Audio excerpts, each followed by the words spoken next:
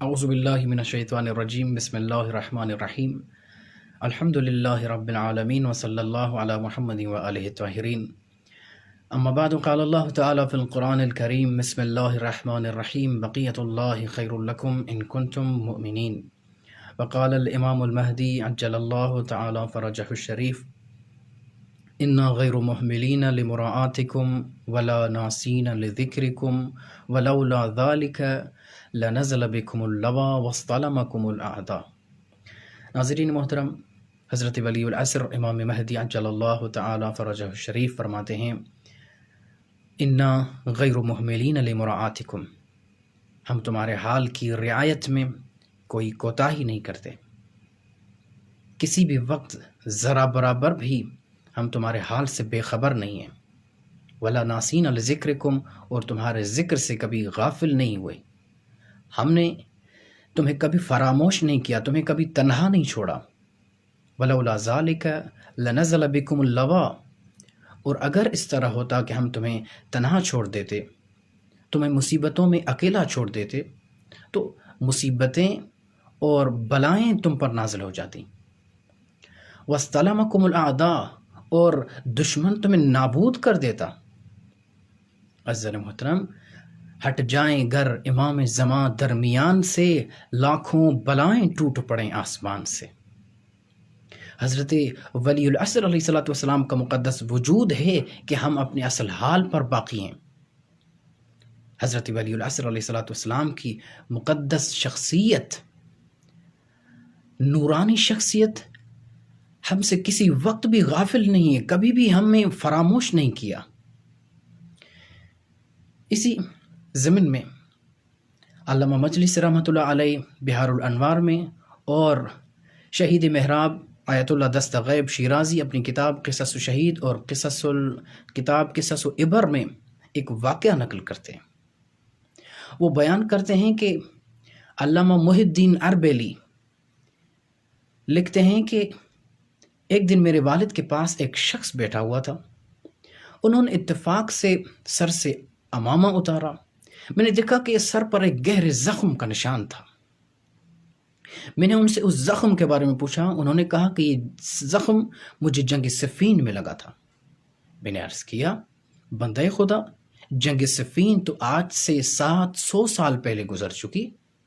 کہا کہ بات کچھ اس طرح ہے کہ میں مصر کی طرف سفر کر رہا تھا، راستے میں غزہ کا ایک شخص مل گیا، ہم آدھا راستہ سفر کر چکے، تو دوران سفر ہمارے درمیان جنگ صفین کی بحث چل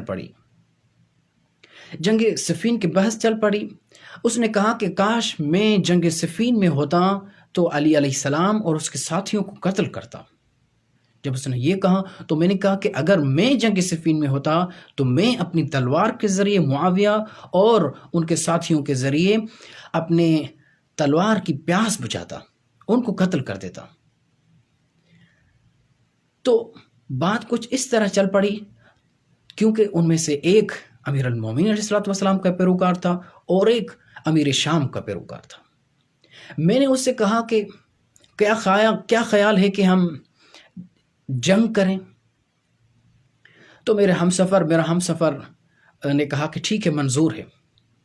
ہم صحرا میں ہمارے درمیان جنگ چھڑ گئی، لڑائی جاری تھی کہ میں جنگ کرتے کرتے تھک گیا، اور میرے ہم سفر نے اپنے تلوار کے ذریعے میرے سر پر ایک وار کیا۔ اس سر پر وار کی وجہ سے سر کے خون کے ذریعے میرا چہرہ خون سے بھر گیا اور میں بے ہوش ہو گیا۔ جب میں بے ہوش ہو گیا تو ایک شخص آیا اور اس نے اپنے نیزے کی انی سے مجھے بیدار کیا۔ میں نے جب اس شخص کے چہرے کی طرف دیکھا تو وہ شخص بڑا نورانی چہرے والا شخص تھا۔ تو انہوں نے فرمایا کہ تم میرے آنے تک یہیں پر انتظار کرو۔ میں وہاں پر ٹھہر گیا۔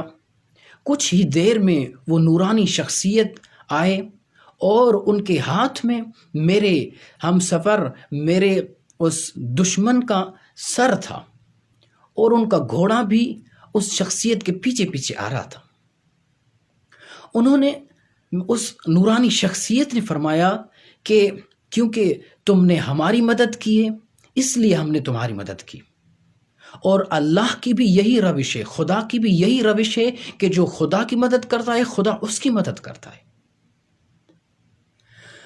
میں نے عرض کیا اے نورانی شخصیت بتائیں آپ کا تعارف کیا ہے؟ اس وقت اس نورانی شخصیت نے فرمایا کہ میں حجت ابن الحسن العسکری امام مہدی علیہ السلام ہوں۔ پھر انہوں نے فرمایا کہ جب تم سے اس زخم کے بارے میں کوئی پوچھے تو کہنا کہ امیر المومنین علیہ السلام کے ساتھ جنگ کرتے ہوئے یہ زخم مجھے صفین میں لگا تھا۔ ناظرین محترم، حضرت ولی العصر علیہ السلام کس طرح اپنے محب اور اپنے شیعہ کی مدد کرتے ہیں۔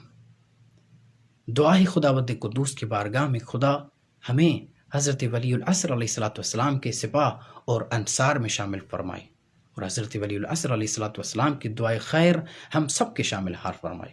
والسلام علیکم ورحمۃ اللہ وبرکاتہ۔ اللہم عجل لولیک الفرج والعافیۃ والنصر، اللہم صل علی محمد وآل محمد وعجل فرجہم۔